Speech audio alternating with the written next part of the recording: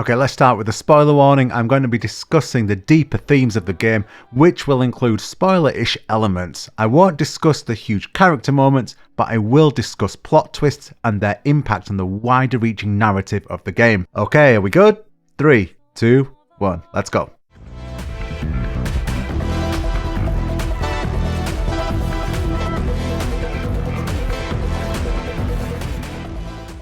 Clair Obscur 33 is a haunting, contemplative game that blends a surreal aesthetic with heavy emotional themes, centering on loss, memories, and the risks of clinging too tightly to the past. It's an evocative exploration of grief and the human tendency to cling to what we've lost, even at our own expense, or at the expense of those closest to us. Few games have the courage to ask the kinds of questions this one does, and fewer still manage to answer them with such a delicate touch. You have to pay so much respect to the developers here. They shoot for the moon and the stars, and though the trajectory and landing might be a touch wobbly at times, you cannot knock the vision and the end product. It might stumble, but it never stops reaching, and that makes it one of the most unforgettable experiences I've had in the last few years.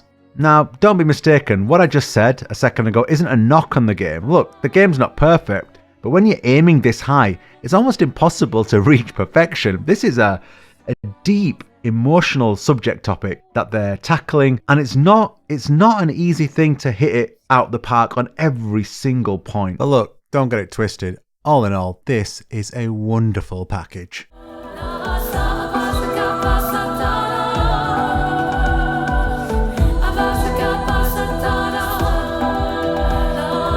This painted world is as much a character as the tragic figures who inhabit it, offering a mesmerising backdrop to a narrative that wades into the darkest recesses of grief. At the core of Clair Obscur 33 lies a gameplay experience that is deceptively simple yet deeply engaging and atmospheric to boot. Players traverse the fragmented landscapes of Verso's imagination, solving puzzles and piecing together memories. Over time, it reveals itself to be more about the family of Verso, Paintress, Eileen the mother, and Alicia. Now, all of these characters are bound by a shared obsession with the preservation of Verso's memory, and they're bound by illness of being unable to face reality. The world they've painted is a beautiful but suffocating monument to their grief, poignant metaphor that the game explores with striking clarity. Now here's where my slight criticism of the game comes in, and it's only a criticism because this game is so narratively heavy, and the story is such a core component of everything in the game, that if you don't 100% nail key plot points, I do feel it's a negative against the game. And the twist here, and this is common among all stories and all media, when you have a movie or a TV series or anything, a book, where you set a premise and then ultimately that premise that you've sold the player on is actually not quite the premise, that can always be controversial. It can be divisive at the very least. And while I'll admit, initially I wasn't sure how it sat with me, the further I explored the world, this last remaining piece of Verso's soul, the more I loved it. Initially presented as a fantastical escape,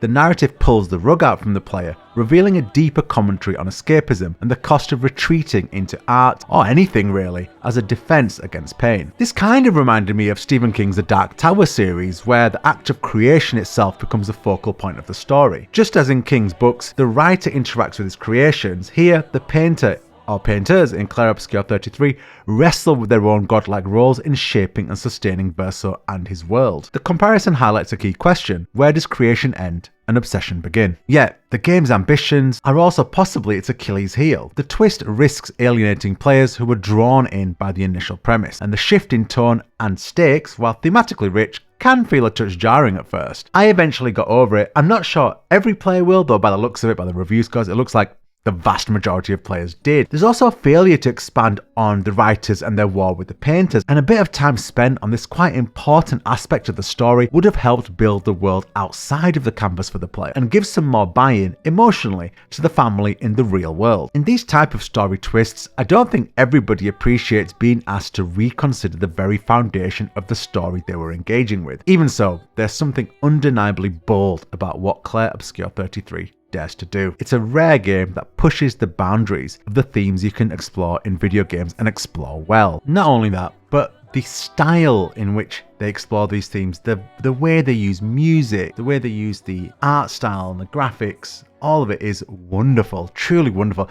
For me, the music was the best thing about it. I mean, the world is gorgeous, but the music is fantastic. Clair Obscur 33 embraces heavy existential themes that linger long after the credits roll. It doesn't entirely stick the landing, with some plot threads feeling rushed or underexplored, but its ambition and willingness to take risks are commendable. In the end, Clair Obscur 33 is not perfect, but rather like the subject matter at hand. There are no perfect answers, there are no perfect directions or journeys. You simply do the best you can and get to the light at the end of the tunnel. Ultimately, it asks the question, is it okay to escape reality if it brings you peace? Are you better off going into the real world, tackling the issue head on, and moving on with your life? People live on with us in many different ways. Memories is without a doubt the key one, but also the little bits of their life that they leave behind. The fact that this video game can explore all of that so brilliantly, so poignantly, is amazing to me. And it's why Clair Obscur 33 deserves all the praise it can get. So all I have to say about the game, I think it's fantastic. I think it's brave, bold, and brilliant. A team of 50 people being able to make a game like this is insane. I'm actually going to Japan on holiday for 3 weeks, and I wish I had more time to engage with the whole world. I mean, when I come back, Doom's going to be out, and I need to find time to actually come back to this world and fully explore